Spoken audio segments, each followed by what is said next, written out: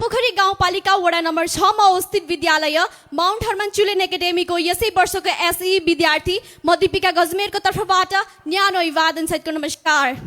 आजको यस प्रदेश स्तरीय वक्तित्व कला प्रतियोगिताको लागि म फक्ताङलुङ मिडिया हाउस प्रालीलाई हृदयदेखि नै धन्यवाद र आभार व्यक्त गर्दै म आफ्नो वक्तित्व यहाँहरू माझ पस्कन गइरहेकी छु र मेरो वक्तित्वको शीर्षक रहेको छ अबको बाटो संरक्षण गरौँ नेपालको माटो।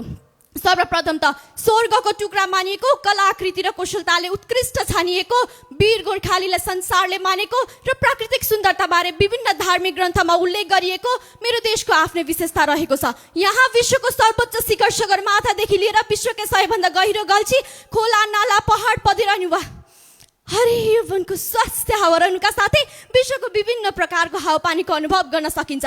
विभिन्न धर्म र जातिका मानिसहरू पनि अनेकतामा एकता नेपालीको विशेषता भने झै मिलेर बसेका छन्। तर विडम्बनाको कुरा त यो छ कि महोदय कुनै समयमा प्रयोगमा आएका यी शब्द आज एकपछि अर्को गर्दै हट्दै गइरहेका छन्। आज जलवायु परिवर्तनका साथै हिमालका हिउँ पग्लेर पहाडमा पहिरो अनि तराईमा अत्याधिक बाढी आउन थालेका छन्। कहीँ खोला नाला इनार तालताले सुकेर पानीको धनी देशमा पानी नपाएर मानिसहरू रातारात छटपटिरहेका छन्। ठाउँ ठाउँमा वन जङ्गल ढलेर खरानी भएका छन्। दिनानुदिन चुरे पर्वत ढल्दै गइरहेका छन्। विकासका क्रममा विनाश भइरहेको छ। न कोही उठेका छन् यहाँ यसका विरुद्धमा न कोही उठेका छन् यहाँ यसका विरुद्धमा।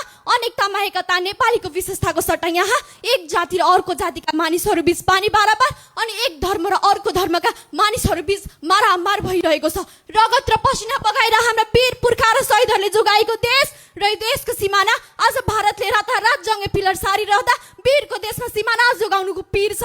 महोदय मन त तब भक्कानिएर आउँछ कि जब नेपाल आमाका सन्तानहरू आमालाई छाडेर समुद्र पारीको देशमा रगत र पसिना बगाउन भनेर जाने गर्दछन्। अनि कसले गर्दछ नेपाल आमाको माटोको संरक्षण? घर छाडेर गएकाहरू घर फर्कन मान्दैनन्, घरमा भएकाहरू घरको महत्त्व बुझ्दैनन्। कोही भ्रष्टाचार गरेर रातारात आमाको सम्पत्ति लुटिरहेका छन्। बुद्ध जन्मिएको देशमा बुद्धिको अनिकाल भएर नेपालीहरू चाहिँ सुतिरहेका छन्। अब त राष्ट्र झण्डाले पनि प्रश्न गर्न थालिसक्यो के हेरेर बसेका छौँ नेपालीहरू हो? अरू देशका झण्डा गौरवले फरफराउन थालिसके, हामी मात्रै कति लाजस्पद भएर बस्नु। अब त नेपालको प्रकृतिले पनि आग्रह गर्न थालिसक्यो मलाई बचाऊ, मेरो विनाश नगर। तिमीहरू किन आफैलाई हानि पुर्याउँदैछौ? तर थाहा छैन नेपालीहरूलाई भविष्यका कुरा। उनीहरू मात्र गर्न चाहन्छन् आफ्ना सपना पुरा, जुन हुन् व्यर्थका कुरा। धन्यवाद।